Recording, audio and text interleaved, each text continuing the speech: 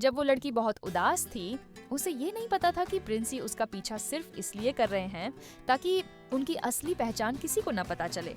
उसे महल से भागना पड़ा और वो कद्दू की गाड़ी में छिप कर निकल गई। वो किसी भी हालत में उन जूतों की असली मालिक को ढूंढना चाहते थे। प्रिंस ने ऐलान कर दिया कि जो भी कुंवारी लड़की ये कांच का जूता पहन सकेगी, उससे उसी वक्त उनका भव्य विवाह होगा। पूरे देश की सभी लड़कियां वो जूता पहनने आ गईं। कोई अपने पैरों पर तेल मलने लगी, कोई जबरदस्ती उसे पहनने लगी, यहाँ तक कि जिनके पहले ही 5 बच्चे थे, वो भी शाही शादी के ख्वाब देखने लगी।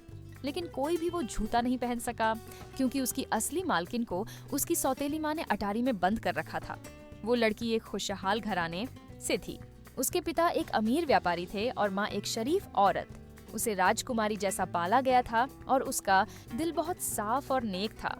लेकिन जब वह सिर्फ 7 साल की थी, उसकी माँ एक लाइलाज बीमारी की वजह से चल बसी। मरने से पहले माँ ने सिंड्रेला से कहा, हिम्मती बनना, बहादुर और नेक दिल रहना। माँ की मौत के बाद सिंड्रेला धीरे धीरे बड़ी हुई और पूरे शहर की सबसे खूबसूरत लड़की बन गई।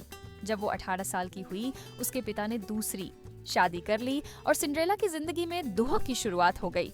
उसकी सौतेली माँ और उसकी 2 बेटियां वोलोंग और फेंगचू उसे सताने और तंग करने लगीं।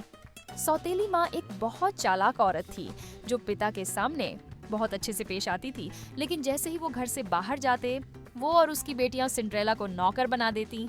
उन्होंने उसे अटारी में भेज दिया और चूहों के साथ रहने पर मजबूर कर दिया।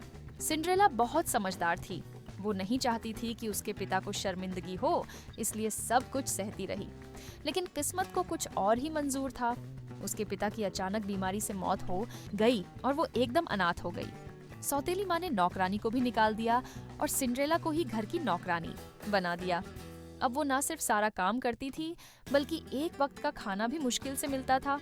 इतनी तकलीफों के बावजूद सिंड्रेला अब भी उन छोटे छोटे चूहों का ख्याल रखती थी जो अब उसके सबसे अच्छे दोस्त बन गए थे। रात को वो आग के पास ही सोती थी। एक दिन जब उसे अपनी हालत से बहुत तकलीफ हुई, वो दौड़ती हुई जंगल चली गई। यहीं उसकी मुलाकात एक शिकार हुए राजकुमार से हुई। थोड़ी ही देर की मुलाकात में राजकुमार सिंड्रेला की खूबसूरती और सादगी पर मोहित हो गया। उसने अपनी असली पहचान छिपाकर खुद को महल का गार्ड बताया। वो जानता था कि उनकी फिर मुलाकात होगी। महल लौटते ही राजकुमार ने ऐलान कर दिया कि एक शाही बॉल का आयोजन होगा जिसमें हर कुंवारी लड़की शामिल हो सकती है। उसी में वो अपनी रानी चुनेगा। जब सौतेली माँ को ये खबर मिली, उसने वोलोंग और फेंगचू के लिए महंगे कपड़े सिलवाए। सिंड्रेला को उसकी माँ का पुराना ड्रेस पहनने को दिया, लेकिन उसमें भी उसकी सुंदरता सबसे अलग थी। डर के मारे कि कहीं सिंड्रेला सारी लाइमलाइट न ले जाए, सौतेली माँ ने उसका ड्रेस फाड़ दिया और उसे घर में बंद कर दिया। सिंड्रेला बहुत दुखी हो गई। वो तो बस उस गार्ड को दोबारा देखना चाहती थी। तभी अचानक एक नीले कपड़े वाली बुजुर्ग औरत उसके पास आई और कहा कि वो उसकी ख्वाहिश पूरी करेगी। उसने अपनी छड़ी हवा में घुमाई, जो एक जादुई छड़ी में बदल गई। वो औरत असल में परिखटा की परी थी। उसने कद्दू को सुनहरी गाड़ी, चूहों को सफेद घोड़े और छिपकली को नौकर बना दिया। यहाँ तक कि एक हंस को भी उसने घोड़े में बदल दिया। फिर उसने सिंड्रेला के लिए एक खूबसूरत नीला गाउन बनाया जिस पर नीले तितलियां नाच रही थीं। उसके पुराने गंदे जूतों की जगह उसने सिंड्रेला को कांच के चमचमाते जूते पहनाए। फिर उसने ऐसा जादू किया कि सौतेली माँ और बहनों को वो पहचान में न आए। लेकिन जाते वक्त उसने कहा, घड़ी की आखिरी घंटी बजते ही सारा जादू खत्म हो जाएगा। राजमहल में बॉल शुरू होने ही वाला था, लेकिन राजकुमार का मन नहीं लग रहा था, क्योंकि वो बस सिंड्रेला का इंतजार कर रहा था। तभी सिंड्रेला पहुंच गई। उसे देखते ही राजकुमार पहचान गया कि यही वो लड़की है जिसका वो इंतजार कर रहा था। दोनों ने सबके सामने पहला डांस किया और सब उन्हें देख कर हैरान रह गए। फिर वो उसे महल के बाग में ले गया, झूला झुलाया और नाम पूछा। तभी घड़ी की घनघनाहट शुरू हुई और सिंड्रेला को भागना पड़ा। भागते वक्त उसका एक कांच का जूता गिर गया। जैसे जैसे घड़ी की आखिरी घंटी बजी, सारा जादू खत्म हो गया। पर वो छोटी सी मुलाकात सिंड्रेला के लिए एक हसीन सपना थी। वो अपने पास बचे दूसरे जूते को लेकर बहुत खुश थी, लेकिन जब उसने वो दूसरा जूता पहनने की सोची तो पता चला कि उसकी सौतेली माँ ने उसका राज जानकर जूता तोड़ दिया और उसे फिर अटारी में बंद कर दिया। जल्द ही राजकुमार के सिपाही कांच का जूता लेकर सिंड्रेला के घर आए, लेकिन वोलोंग और फेंगचू वो जूता नहीं पहन सकी।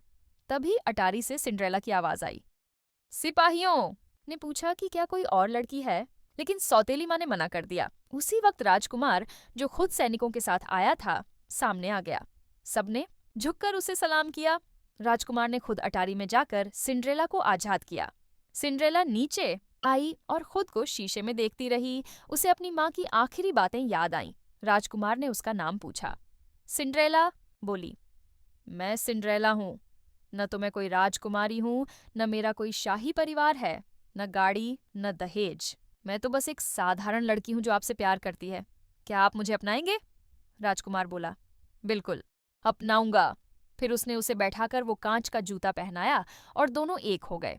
और उसकी सौतेली माँ और बहनों को देश से निकाल दिया गया। राजकुमार ने सिंड्रेला को अपनी रानी बनाया और दोनों खुशी खुशी हमेशा के लिए साथ रहने लगे।